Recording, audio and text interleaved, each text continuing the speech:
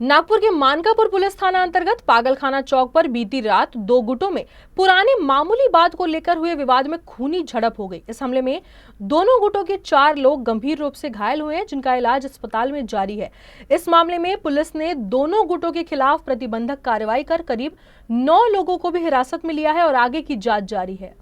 Mankapur police थाने की पागलखाना चौक से यह खूनी झड़प शुरू हुई थी। पहले गुट में जिहान, लक्की, फरहान शहीद, बाबा व कुछ अन्य लोगों का समावेश है, जबकि दूसरे गुट में शिवम पांडे, सौरभ नायर और अन्य साथी शामिल हैं। यह झगड़ा 30 नवंबर की रात करीब 9:30 बजे के दौरान किराड़ लेआउट स्थित सोसाइटी ग्राउंड के पास से शुरू हुआ था। सौरभ नायर फोन पर बात कर रहे थे। इसी दौरान बस्ती के कुछ छोटे बच्चे मैदान में क्रिकेट खेल रहे थे। तभी उनका ताजनगर में रहने वाले कुछ बच्चों के साथ झगड़ा हो गया। हालांकि सौरभ ने तब बीच बचाव कर इन बच्चों का झगड़ा शांत करवाया था। बाद में ग्राउंड पर कुछ और युवक पहुंचे और सौरभ को गाली गलौज और धमकी देकर चले गए। यहीं से इस झगड़े की शुरुआत हुई। बीती रात पागलखाना चौक पर दोनों गुटों के लोग जमा हुए, जहां चाकू तलवार से एक दूसरे पर हमला कर दिया गया। इस हमले में दोनों ही गुटों के 4 लोग गंभीर रूप से घायल हुए हैं।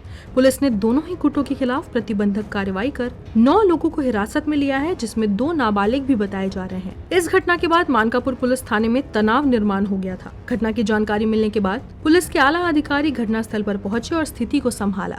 याच्यामध्ये जे दोन ग्रुपमध्ये काल 9:15 दरम्यान मानकापूर पागलखाना चौकामध्ये वादावादी झाली। त्यामध्ये काही तलवारींचा चाकूचा वापर करण्यात आला।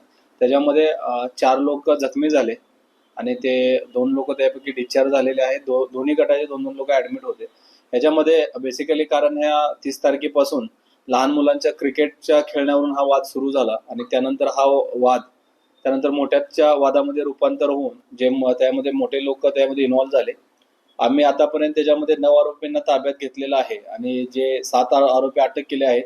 इतर काही आरोपी मायनर आहेत आणि इतर दोन्ही गटाचे जे त्याच्यामध्ये वाहनांचा वापर करण्यात आलेला आहे आणि त्याच्यामध्ये जे इतर आरोपी आहेत त्यांचा आम्ही शोध घेत आहोत। इस घटना के बाद पूरे परिसर में दहशत निर्माण हो गई। पुलिस ने मौके पर पहुंचकर सड़क पर जहां तहां पड़े हथियारों को जब्त किया और आरोपियों के खिलाफ कार्रवाई कर आगे की जांच कर रही है। सूत्रों की माने तो गौ तस्करी को लेकर चल रहे पुराने विवाद के चलते ही सुनियोजित ढंग से यह हमला किया गया, जिसके बाद में बच्चों के झगड़े के साथ जोड़कर पेश किया गया। हालांकि पुलिस इस बात से इनकार कर रही है। याच्यामध्ये काय आरोपींचा रेकॉर्ड आहे ते पण आम्ही रेकॉर्ड काढलेला आहे। काय आरोपींचा याच्यामध्ये रेकॉर्ड नाहीये, पण जो वाद झाला तो वाद फोनवरती शिवीगाळ एकमेकांना वरून हा वाद पुढे वाढत गेला, त्याचं रूपांतर मारामारीमध्ये। त्याच्यामध्ये दोन्ही गटाचे काही लोक एकमेकाला तोंड ओळख होती, काही लोक एकमेकासोबत राहते होते आणि त्याच्यातून एकमेकाच्या कुठेतरी हे वाद मिटवण्याचा प्रयत्न करत असताना हा वाद परत वाढलेला आहे। जो काही वाद झालेला होता क्रिकेट खेळण्यावरून वाद हा झालेला होता लहान मुलांमध्ये, त्याचं पर्यवसन मोठ्या वादामध्ये झालेलं आहे।